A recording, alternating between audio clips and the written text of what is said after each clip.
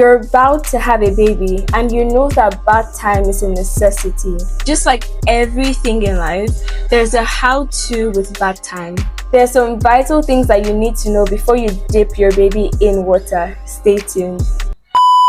I'm wondering why you have a goal of becoming a confident parent and you haven't subscribed to this channel. As you may or may not know, I'm about to release a book titled Everything Babies. From the name, I'm sure you can tell that it's really bulky. Therefore, we started a series on this channel that will help parents and caregivers to navigate the pages and segments of the Everything Babies book. The book is divided into 7 parts and we're currently in part 1, chapter 3, which is titled How to Bathe a Baby. But before we learn how to bathe a baby, there's some vital information that parents need to know. Number 1. The appropriate time to start bathing your baby is when the umbilical stump has fallen off. What do I mean by bathing a baby? I mean when you carry your baby and place them in a bath full of water, you use the washcloth and then you wash them as their body soaks in water. This concept of do not bathe your baby until the umbilical stump falls out may sound new to some of you, but hear me out. The reason why you should hold on to bath time until the umbilical stump falls out is because we need the umbilical stump to stay out of moisture to help it dry faster. The umbilical cord, which is prone to infections, should not be in water for that long. As parents, you're encouraged to do everything possible to create a dry environment for the umbilical cord so it can dry faster and fall off faster. Hold on to bath time. Now, does this mean that you wouldn't bathe your baby entirely?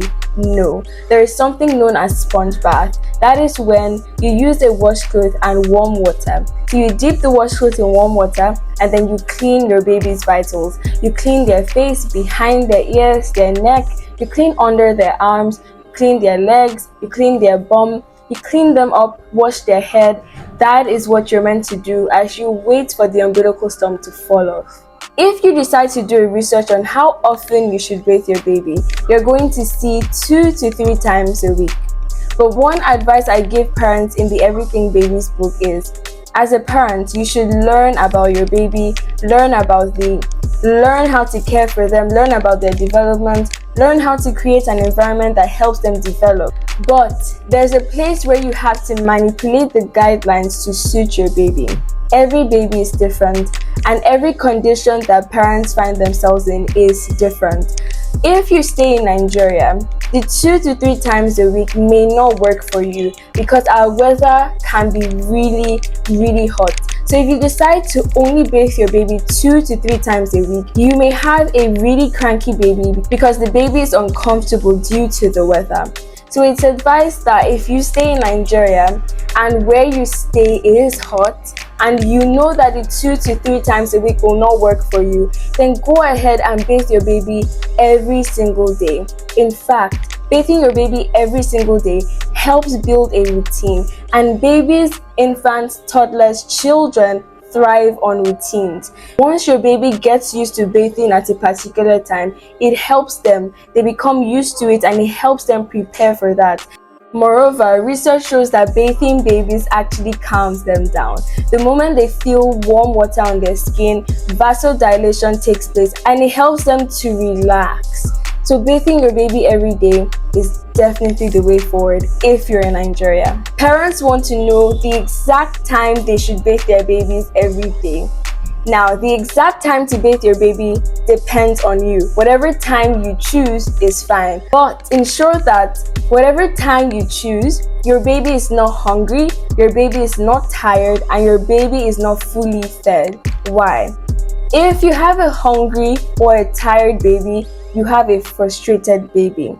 They're not going to enjoy the bath. They're going to be expressing their frustration and that will stress you out, so do not try it. Your baby shouldn't be fully fed because they can spit up during bath time. The fourth thing that I want parents to know before they give their baby a bath is a method proposed by Dr. Kodoro. She recommends that babies should bathe with only water for the first month of their life.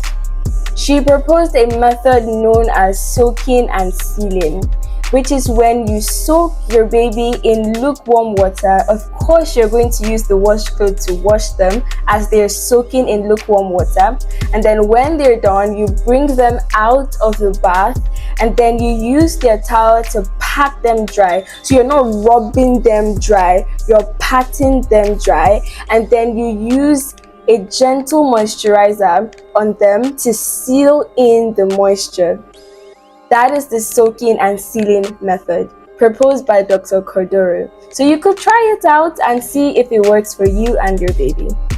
Number 5, which is the last but not the least. Apply a moisturizer to your infant's skin daily. So whether you're giving them a bath that day or not, apply the moisturizer. This has been shown to decrease the risk of eczema developing or worsening. These are the 5 things that I want every parent to know before they start giving their baby a bath. I know that this video was informative and helpful. Be kind to share with every expectant and new parent that you know.